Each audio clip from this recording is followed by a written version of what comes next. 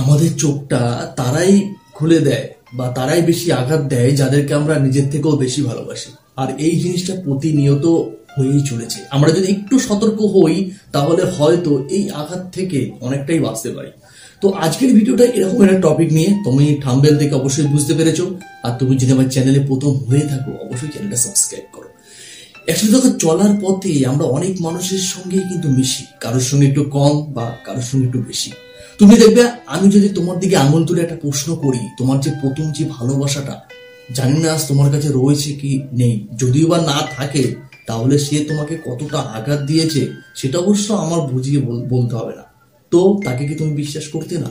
তাকে হয়তো তুমি নিজের থেকেও বিশ্বাস করতে এক সময়, কিন্তু আজকের দিনে সে যদি তোমার কাছে এই মুহূর্তে না থেকে থাকে, হয়তো তোমাদের রিলেশনটাই নেই, তাহলে এই মুহূর্তে সে কোথায়? হয়তো অন্য কাউকে নিয়ে স্বপ্ন দেখছে বা অন্য কারো জীবনে ইতিমধ্যেই চলে গেছে।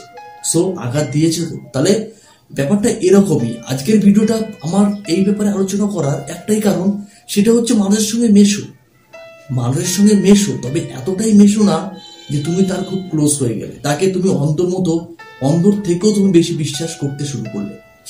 সে এমন টাইমে এমন আঘাত দেবে, 100% আঘাত তো সে তোমাকে দেবেই। সেটাকে তুমি সামলাতে পারবে কিনা সেটাই বড় কথা। সো মানুষের সঙ্গে কখনোই পুরো ক্লোজলি মেশা উচিত নয়।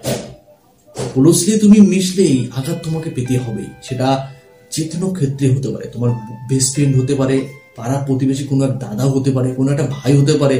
আর বেশি ইম্পর্টেন্ট যেটা বেশি লাইফে বেশি বড় এফেক্ট ফেলে, সেটা হচ্ছে গার্লফ্রেন্ড।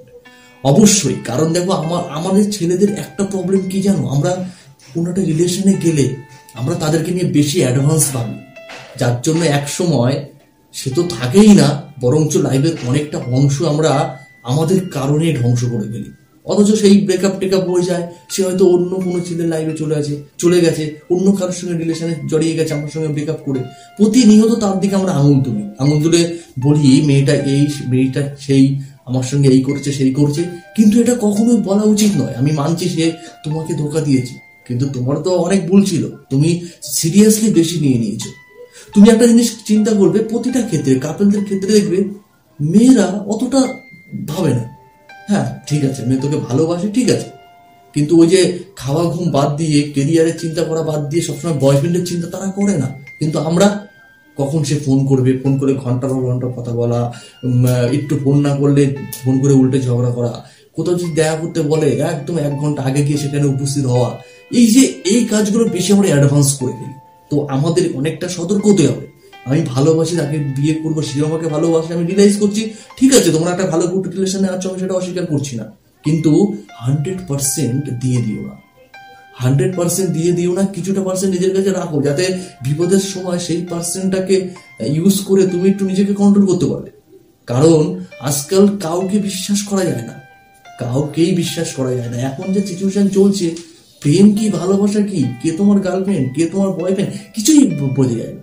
বা আমি যদি কনফিডেন্সের সঙ্গে 7-8 বছর একটা রিলেশনে থাকি, তারপরেও যদি বলি যে ওই আমার বউ হবে, একদম মিথ্যে কথা বস, কখনো এটা সত্যি নয়। 10 বছর রিলেশন থাকো না, একজনের সঙ্গে যদি 10 দিন আলাদা থাকে, দেখা গেল তোমার সঙ্গে ব্রেকআপ করে তার হাত ধরে চলে গেল। মানুষকে একদম বিশ্বাস করার জায়গা এই মুহূর্তে নেই। নিজের লাইফ নিজেকে চলতে হবে, নিজের রাস্তা নিজেকে দেখতে হবে। বেশ কিছু কথা রয়েছে সেগুলো মেনে নিজেকেই চলতে হবে।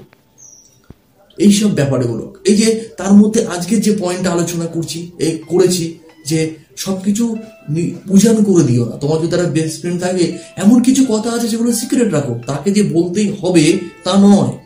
নিজের মধ্যে একটা পার্সোনাল প্রাইভেট ফোল্ডার তৈরি করো, যেখানে একান্তই নিজের কিছু জিনিস সেখানে পুরো লক করে রাখবে। সেটা যতই ক্লোজ হোক, সেটা যদি তুমি যদি ম্যারিড লাইফ হয়ে থাকো, তোমার স্ত্রীকেও সেটা বলো না, সেও এক সময় গুঁতো মারবে নরম জায়গা থেকে। স্বাভাবিক, এগুলো হতেই চলেছে। যারা রিলেশনে আছো বা বিয়ে করেছো, সংসার জীবন আছে, তারা জানো আজকে তোমার ওয়াইফের সঙ্গে ভালো সম্পর্ক, সে তোমার সবকিছু, হ্যাঁ অর্ধাঙ্গিনী মানে সে লাইফে বিশাল বড় ভূমিকা পালন করে, মানছি আমি। কিন্তু একসময় বিশ্বাস করে তোমার একটা নার্ভাস পয়েন্ট, যেটাকে তুমি ভয় করো, যেটা তোমাকে হেরিয়ে দিতে পারে, তুমি যত স্ট্রং ম্যান হও না কেন, সেটা তুমি কোনো সময় শেয়ার করবে। একসময় খারাপ টাইমে সেটাই কিন্তু তোমার উপর প্রয়োগ করবে কে? তোমার পুরো কাছের মানুষ, তোমার ওয়াইফই। সো পার্সোনাল ফোল্ডারটা আজই তৈরি করো। অ্যাকচুয়ালি ঠান্ডা লেগেছে, কথাটা মাঝে মাঝে আটকে যাচ্ছে, সো সরি, কিছু মনে করো না। আর তুমিও কি প্রসঙ্গে ভিডিও শুনতে চাও অবশ্যই আমাকে কমেন্ট করো। ভিডিওটা যদি এই পর্যন্ত দেখে থাকো অবশ্যই ধন্যবাদ। আর তোমার মধ্যে যদি কোনো প্রবলেম থাকে বস ক্লিয়ার করে দাও, মনে আটকে রেখো না, কিচ্ছু হয় না, বুঝতে পারলে? একটা প্রেশার হাওয়া যদি কোনো প্লাস্টিকে রাখো, সে কিন্তু কখন বেরাবে এটা এতে থাকে। তো কথাটাকে প্রকাশ করো, অনেকটা ফ্রি থাকে। ভালো থাকার কথা বলা ছিল। নেক্সট ভিডিও নিয়ে খুব তাড়াতাড়ি আসছি, নিজের খেয়াল রেখো।